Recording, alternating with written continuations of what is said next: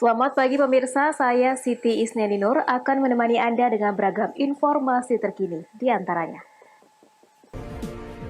Belasan rumah warga di Deli Serdang rusak diterjang angin kencang. Gudang LPG di Pematang Siantar terbakar, 5 orang meninggal dunia. 2 anggota DPRD dan Sekwan DPRD Sibolga terpapar COVID-19. Selain cuplikan berita tadi, kami juga akan menghadirkan beragam informasi lainnya. Pemirsa, kita jelang Sumut hari ini pagi selengkapnya.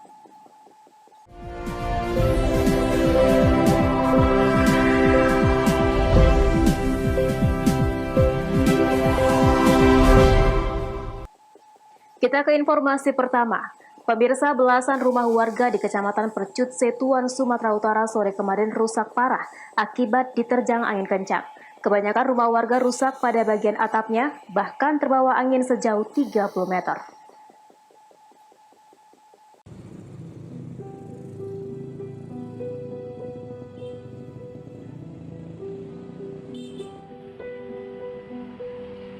Beginilah kondisi 14 rumah warga di Kecamatan Percut Setuan, Kabupaten Deli Serdang, Sumatera Utara. Sejumlah seng dan material kayu dari rumah warga yang diterjang angin kencang terbang hingga sejauh 30 meter. Material bangunan tersebut diduga tidak kuat dihantam angin kencang. Salah seorang warga mengatakan kejadian angin kencang bersamaan dengan turunnya hujan deras, sehingga tiba-tiba saja menghantam rumahnya. Dari data di Kecamatan Percut Setuan, ada 14 rumah warga yang rusak berat dan ringan. Di antaranya di Desa Bandar Khalifah sebanyak 7 unit, di Desa Bandar Setia 2 unit, dan di Desa Santis, Cinta Damai, Percut, Tembung, dan Cinta Rakyat masing-masing 1 unit. Petugas BPBD dan Kecamatan Percut Setuan masih terus mendata kerusakan rumah warga.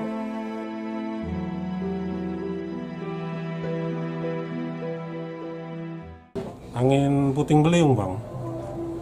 Kejadiannya sore kemarin, Bang. Sore menjelang maghrib gitulah, Bang.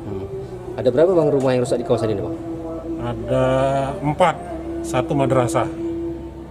Kalau perkiraan sendiri, Bang, rumah Bang ini, Bang, mencapai berapa, Bang, kerugiannya, Bang?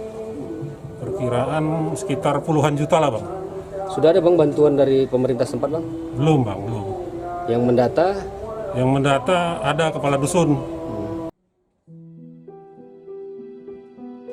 Warga berharap kepada pemerintah agar dapat meringankan beban mereka yang rumahnya terdampak terjangan angin puting beliung. Wahyu Pratama melaporkan untuk Eva Rina TV.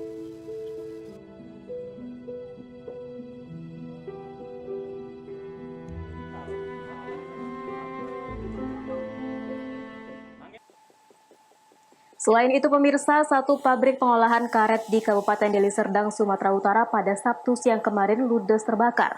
Api dengan cepat membesar dan membakar seluruh gudang yang banyak menyimpan bahan karet. Beruntung tidak ada korban jiwa dalam musibah kebakaran tersebut, namun kerugian ditaksir mencapai ratusan juta rupiah.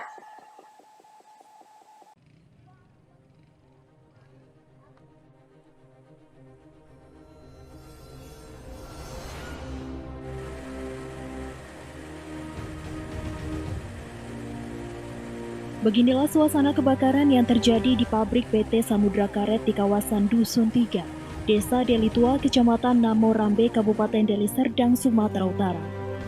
Pabrik pengolahan karet ini ludes di lahap si jago merah. Penyebab kebakaran diduga berasal dari sambungan pendek arus listrik di bagian mesin pengolahan karet yang kemudian merambat ke seluruh bagian bangunan.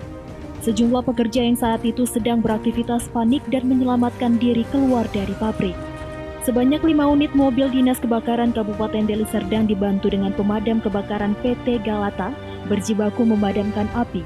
Hampir 2 jam petugas pemadam akhirnya berhasil menjinakkan amukan si jago merah.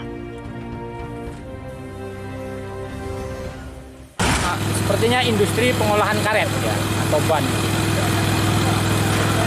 Ada nggak korban jiwa, Pak? Korban jiwa sejauh ini tidak ada dilaporkan kepada kami, dan ketika kami menangani juga tidak nampak. Ada berapa unit yang kita turunkan? Untuk dari Deli Serdang ini nanti kita turunkan 3 unit, kemudian ini kita juga dibantu oleh petugas pemadam kebakaran PT Galata Transindo yang ada di Banjur Batu. Apa penyebab kebakaran itu, Pak? Kalau penyebab kebakaran nantinya mungkin menjadi tugas tim kepolisian untuk mengetahui secara detail apa penyebab. Tidak ada korban jiwa dalam musibah kebakaran tersebut, namun kerugian ditaksir mencapai ratusan juta rupiah. Penyebab pasti kebakaran juga masih dalam penyelidikan kepolisian. Daniel Pukwali melaporkan untuk Eva Rina TV.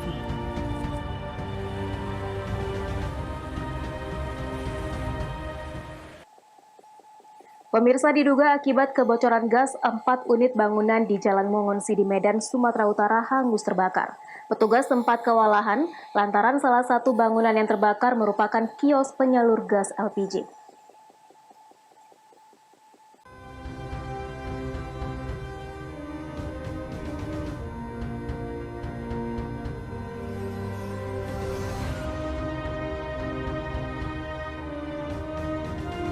Kobaran api membesar dan melahap 4 unit bangunan yang saling menempel di Jalan Mongonsidi.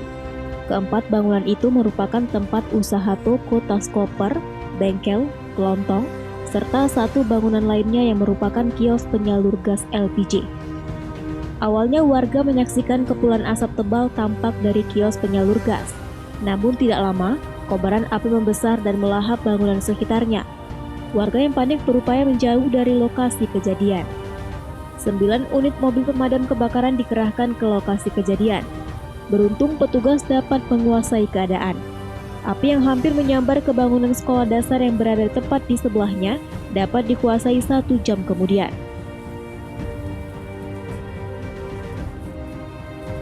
Yang terbakar ini ada 4 toko ya, yang inventaris kami masih 4 toko.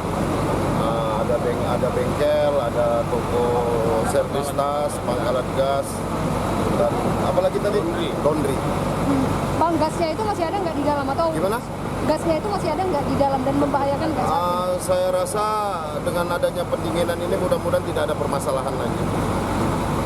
Berapa unit Bang yang dikerahkan? Tahap awal ini dari Borobudur 7, yang dari Amplas 2. Polisi masih menyelidiki penyebab pasti kejadian ini. Saat kebakaran, tempat usaha ini telah tutup dan ditinggal pemiliknya. Akibat kejadian ini, kerugian ditaksir mencapai ratusan juta rupiah.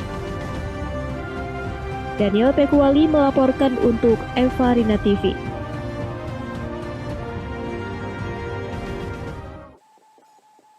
Sumut hari ini masih akan kembali sesaat lagi, tetaplah bersama kami.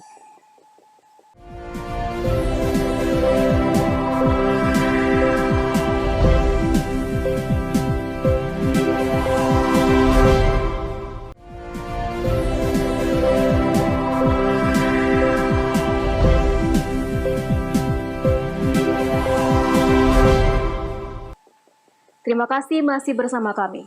Pemirsa, 2 anggota DPRD Kota Sibolga dan Sekretaris Dewan diketahui terpapar COVID-19. DPRD Kota Sibolga terpaksa ditutup selama 3 hari ke depan.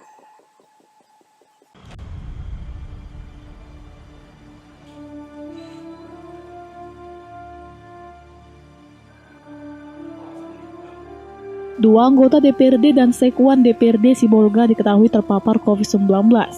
Berdasarkan hasil swab yang diikuti seluruh pegawai di lingkungan DPRD Kota Sibolga yang dilaksanakan sepekan lalu.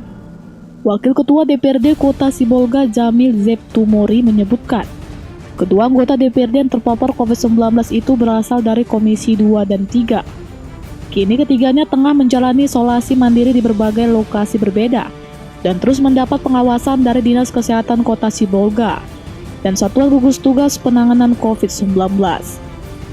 Untuk memutus mata rantai penyebaran COVID-19, kantor DPRD Kota Sibolga ditutup selama 3 hari ke depan.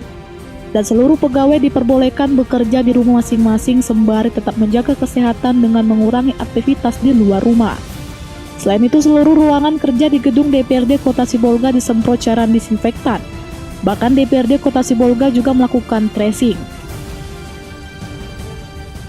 Informasinya, berdasarkan hasil swab, tanggal 14 kami swab, ada 1 orang sekwan, kemudian 2 orang anggota DPRD. Dan sekarang ini mereka lagi isolasi, dan kemudian untuk melakukan lockdown selama 2-3 hari nantinya, dan kemudian penyemprotan ruangan disinfektan di kantor DPRD Kota Sibolga. Yang penting kita cepat untuk bisa melakukan pencegahan ini, dan kemudian tracing kepada kawan-kawan yang bersinggungan langsung daripada korban COVID-19 ini. Baharudin Simanulang melaporkan untuk Evarina TV. Pemirsa, guna mencegah penyebaran COVID-19, Forkopimda Serdang Bedagai yang terdiri dari Pemkab, Polres, dan Kodim 0204 Deli Serdang melaksanakan operasi justisi di 2 lokasi. Masih banyak warga yang tidak memakai masker saat beraktivitas di luar rumah.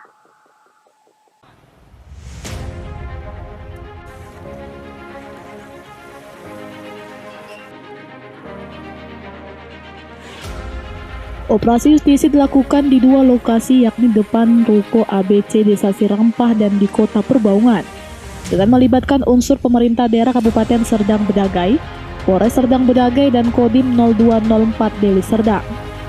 Dalam operasi justisi ini masih banyak warga yang tidak mengenakan masker saat beraktivitas di luar rumah. Selain tidak menggunakan masker, pengendara sepeda motor tidak memakai helm.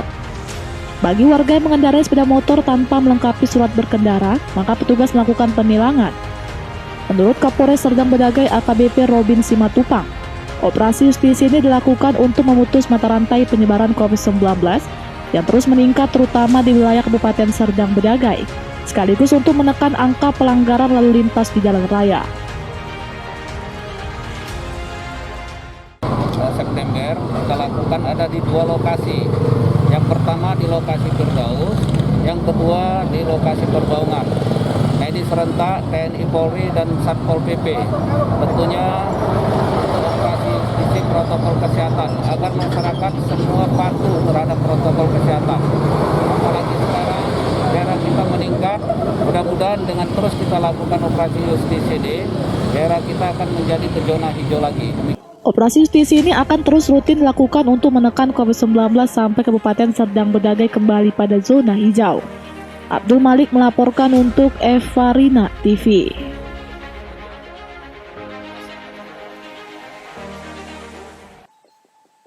Pemirsa, demikianlah rangkaian informasi dalam Sumut hari ini pagi.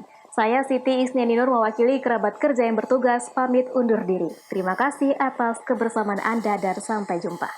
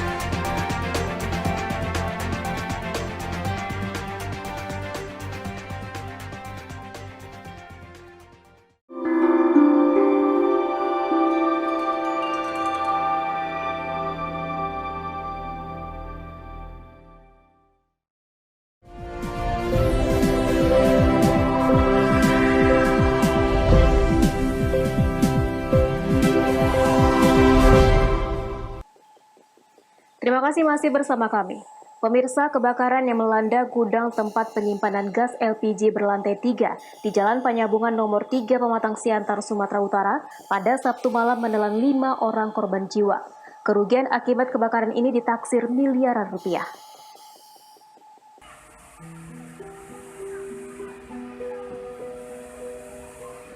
Warga Jalan Penyambungan Kelurahan Timbang Galung, Kecamatan Siantar Barat, Kota Pematang Siantar, dihebohkan dengan terbakarnya gudang penyimpanan gas LPG.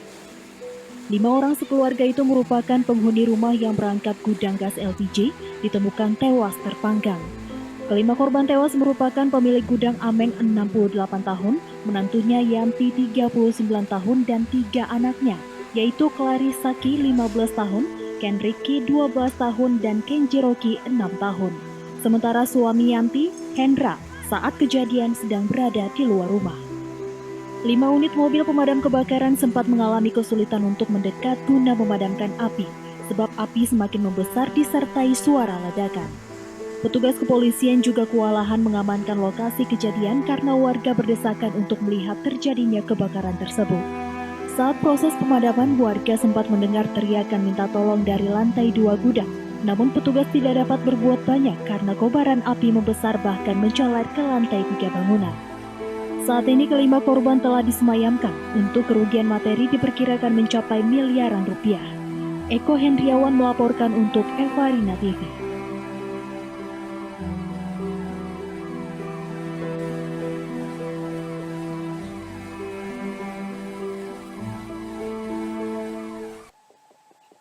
Masih dari Pematang Siantar, pemirsa, setelah hanyut sejak Selasa, 22 September 2020 kemarin, pemancing korban hanyut di Sungai Bahbolon akhirnya ditemukan pada Jumat 25 September, sekitar pukul 7 pagi, dengan kondisi membusuk.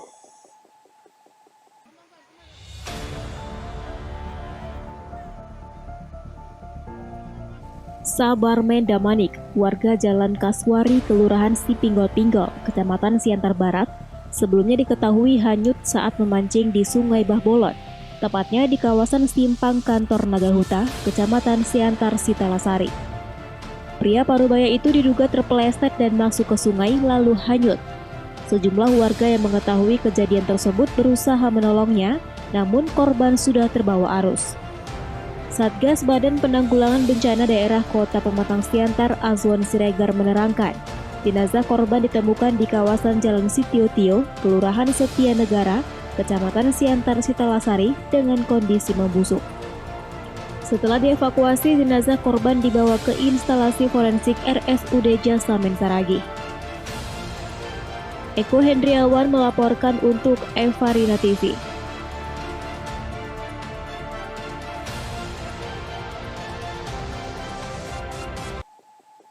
Sementara itu pemirsa, di Batubara, Sumatera Utara, warga yang hendak pergi ke laut menemukan sesosok mayat pria tanpa identitas mengambang di pinggir sungai. Polisi masih melakukan penyelidikan kematian korban dan mencari identitas korban. Mayat pria dengan ciri-ciri tinggi sekitar 165 cm, rambut ikal pendek, kulit sawo matang, ditemukan warga mengambang di Sungai Desa Bagandalam, Kecamatan Tanjung Tiram, Batubara, dengan kondisi telungkup memakai baju kaos biru dan celana pendek. Mayat pria tanpa identitas yang diperkirakan berusia 40 tahun ini pertama kali ditemukan warga yang hendak pergi ke laut dan melaporkan kejadian tersebut kepada petugas. Polisi yang menerima laporan langsung mengevakuasi jenazah korban ke rumah sakit umum untuk dilakukan visum. Hingga kini polisi masih melakukan penyelidikan terkait kematian korban dan masih melakukan pencarian identitas korban. Bila mana ada warga yang kehilangan sanak keluarga dengan ciri-ciri seperti korban tersebut, segera melapor ke Polsek Labuhan Ruku, Polres Batubara. Hingga sampai saat ini, begitu kita evakuasi korban dari sungai sampai ke rumah sakit, kita belum menemukan identitas korban. Yang kita kantong saat ini hanya identitas pada saat kita evakuasi dari sungai, yaitu jenis kelamin laki-laki, ditaksir usianya sekitar 40 tahun, ya, menggunakan kaos warna biru, pakai celana ponggol warna coklat, kulitnya sawo matang, kemudian rambutnya pendek dan agak ikal. Taufik melaporkan untuk Evarina TV. Sumuta ini masih akan kembali sesaat lagi. Tetaplah bersama kami.